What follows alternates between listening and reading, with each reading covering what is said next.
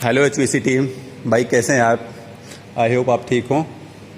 भाई आज का वीडियो चिलर का मेन पार्ट, यानी चिलर के मेन पार्ट में क्या क्या होता है, कंप्रेसर, कंडेंसर या एक्सपेंशन या एवापोरेटर, इसके अलावा भी उसके अंदर बहुत सी चीज़ें होती हैं जो उसको जो है जानना ये ज़रूरी है।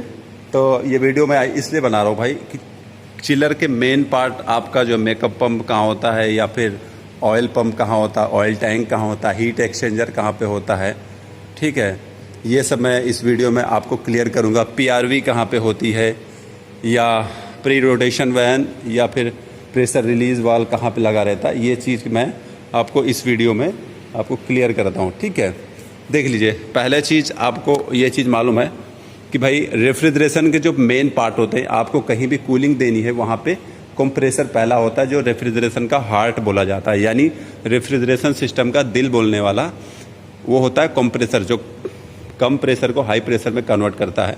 ठीक है, पहला हो गया आपका जो कंप्रेसर। ठीक है, अब यहाँ से देख लीजिए, देखिए ये है कंप्रेसर। ठीक है, ये कंप्रेसर है जो कि ये सेंट्रीफ्यूगल टाइप का है, और इसको चलाने के लिए ये मोटर लगी है जो VSD है, वेरिएबल स्पीड ड्राइव। मैक्सिमम आपको कोई सी भी अब आ रहे चिलर, चाहे ये जो मैं आपको शो करवा रहा हूँ ये यॉर्क का है, चाहे आप ट्रेन का देखें या कैरियर हो या फिर डाइकिन का हो, अदरवाइज जो भी हो, उसमें आपकी मोटरें जो है VSD टाइप की मिलेंगी मैक्सिमम। ठीक है, तो उसको और इस ये भी आप ये चीज़ जान लीजिए, मैक्सिमम इसके पार्ट जो होते हैं वो इलेक्ट्रिकल होते हैं। केवल ये कंप्रेसर के की जो ये जो मोटर होती है वो केवल इलेक्ट्रिक सप्लाई इसी पे आती है।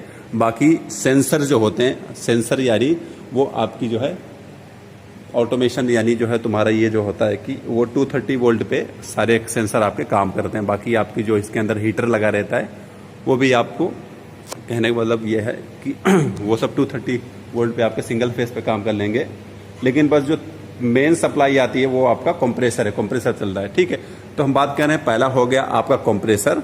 ठीक है, कंप्रेसर के बाद ये है, ये आप देख रहे हैं, ये है आपका कंडेंसर, सैलेंट ट्यूब टाइप का। ठीक है, इसकी कैपेसिटी जो है 650 यानी 650 TR की है। ये लाइन आप देख रहे हैं, ये इनकी होती है हमेशा नीचे की लाइन, आपको कूलिंग टावर की जो होगी, या कूलिंग टावर हो या फिर आपका चिल्ड लाइन हो, वो आपको जो इन होगी वो हमेशा नीचे की लाइन, नीचे हमेशा इन होगी, ऊपर की हमेशा आउट होगी, चाहे हमारी चिल्ड लाइन की हो। देख लीजिए, ये आप यहाँ पे चेक कर लीजिए, ये साइड का दिखा देता हूँ मैं, देख लीजिए यहाँ का हिस्सा, ये हमारी प्राइमरी जो है, ये प्राइमरी दे रही है इसको। ठीक है, अब यहाँ देख लीजिए, इसका लेवल आप चेक कर लीजिए, ये हमेशा नीचे मिलेगी आपको, और यहाँ पे देख लीजिए ये जब आउट होगा ना तो इसका लेवल देख लीजिए, ये हमेशा आपको ऊपर की साइड से मिलेगा, ये जा रहा है आपके HU को। ठीक है, ये कूलिंग हो गया, तो आपका ये हो गया, ये आपका हो गया कंप्रेसर, ये हो गया कंडेंसर। ठीक है, नीचे आपका एक्सपेंशन मिल जाएगा, एक्सपेंशन की लाइन ये है आपकी, जो कि यहाँ गई है, वहाँ पे आपका एक्सपेंशन मिल जाएगा, वो कमांड देगा आपकी PRV को, प्री रोटेशन वैन। उसको कितनी गैस फ्लो करनी है, कंप्रेसर को वापस देनी है, वो आपका देता रहेगा। ठीक है, और उस साइड पे आपका वो जो चिलर यानी इवापोरेटर, आप इधर से देख लीजिए, इधर भी वही है, 2 चिलर हैं, यहाँ पे 5 चिलर हैं। ठीक है, तो मैं इस साइड का दिखा देता हूँ, वो रही आपका जो है कंडेंसर, ये रहा आपका एवापोरेटर यानी चिलर। ठीक है, ये हो गया। अब इसमें देख लीजिए प्री रोटेशन वैन, यानी वहाँ पे लगा रही है आपकी जो है प्रेशर है, वो होगा आपका प्री रोटेशन वैन, जिसको IGV बोलते हैं, इनलेट गाइडलाइन वैन। वो वैन जो है ना आपकी खुलती है अकॉर्डिंग सेट पॉइंट के हिसाब से। अगर आपका सेट पॉइंट नहीं मिला है, आपका 50 डिग्री फ़ारेनहाइट पे जो है, अभी मान के चलिए आपने 44.6 पे सेटअप किया हुआ है, और 50 पे अभी आपका पानी आ रहा है, अब भी आपने चिलर चलाया, तो वो PRV 100% खुल जाएगा। ठीक है, ये होगा, और जैसे ही वो अचीव कर लेगा, सेम एक्सपेंशन उसको कमांड देगा कि भाई अब मुझे मिल चुका है, जो भी प्रेशर मिला है 44.6 जो हम कॉमर्शियल लाइन पे सेटअप करते हैं, वो जैसे ही अचीव कर लेगा, ये उसको ऑफ करवा देगा, भाई अब तू हो जा, डाउन हो जा। ठीक है, तो ये होता है। और देख लीजिए, फिर उसके बाद आता है आपका, ये देख रहे हैं आप, ये होता है, ये जो डब्बे जैसा है, ये होता है ऑयल टैंक है। ठीक है, ऑयल इसी के अंदर जो भरा रहता है, और यहाँ पे देख लीजिए, ये है आपका, ये जो राउंड कलर का दिख रहा है, ये है उसका हीटर। ये हीटर जैसे ही इसका टेम्परेचर 40 डिग्री अराउंड आता है इन सेल्सियस पे, 40 या 45 डिग्री पे, ये खट से कमांड देगा, इसको जो है 55 अराउंड पे फिर से पहुंचाएगा। जैसे 55 पे हो जाएगा ये खट से ऑटोमेटिक ट्रिप हो जाए, यानी जो है बंद हो जाएगा। ठीक है, कौन सा ऑयल पड़ता है ये भी मैं आपको बता दूंगा। R134 के साथ कौन सा गैस, कौन सा ऑयल होता है, अच्छा R410 जो भी है आप कमेंट में पूछ लेना, मैं आपको वहाँ पे भी बता सकता हूँ। ठीक है, और ये हो गया आपका R134 के स्मॉल ए जो गैस रहती है आप याद रख लीजिए, वहाँ पे POE यानी पॉली ईस्टर करके ऑयल आता है, वो आपका ऑयल इसके साथ होता है यूज। और यहाँ पे देख लीजिए ये जो है ये हीट एक्सचेंजर है, प्लेट टाइप हीट एक्सचेंजर, जहाँ पे ऑयल को जो है यहाँ पे वेपर टू लिक्विड बना दिया जाता है। यहाँ पे भी हीट एक्सचेंजर होता है जो कि इसकी हीट एक्सचेंज करता है तुम्हारी रेफ्रिजरेशन जो है, ये गैस जो है यहाँ से कंडेंसर लाइन से एक लाइन आती है, यहाँ से इन होती है और वापस जो ये जाती है ये लाइन, ये वापस हमारी एवापोरेटर में निकल जाती है। यहाँ से लिक्विड गैस लेके इसके ऑयल को ठंडा करके वापस उसमें जो है चली जाती है। ठीक है, ये होता है तुम्हारा एक पार्ट ऑयल का हो गया।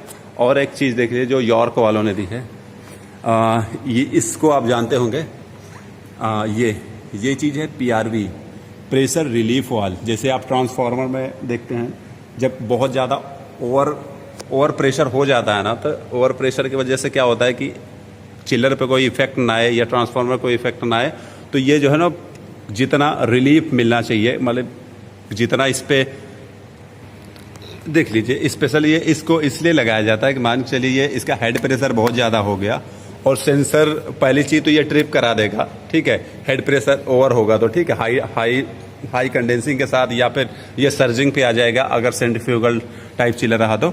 लेकिन अगर सेंसर ने काम करना छोड़ दिया या फिर कोई और रीज़न आ गया तो इसमें क्या रहेगा कि बहुत ज़्यादा प्रेशर एक साथ में अगर बढ़ गया तो ये जो है ना ये वॉल फट जाएगा। फटने के बाद क्या होगा, एक्स्ट्रा गैस जो रहेगी ना वो यहाँ से निकल जाएगी। इसको जो है फटने के बाद ये सारी गैस मतलब कि इतनी गैस इसके अंदर से निकलेगी जितने में इसको ये जो रिलीफ हो जाए, यानी प्रेशर रिलीफ वाल्व, यानी प्रेशर को आराम करने के लिए लगाया गया है। ठीक है, ये हो गया आपका। ये होता है आपका फ्लो स्विच, इसकी वीडियो में आपको बता दूंगा। ये इसका काम ये होता है कि पानी को जो है मेज़र करना, पानी इसके अंदर से फ्लो हो रहा है कि नहीं हो रहा है, ये काम हो गया इसका। एक चीज़ आपने ये देखी होगी यॉर्क वालों में, ये 2 पाइपें आप देख रहे हैं, एक ये जा रही है और एक उधर से उसके साइड में से ये जैसे देख रहे हैं ये जा रही है और ये आ रही है।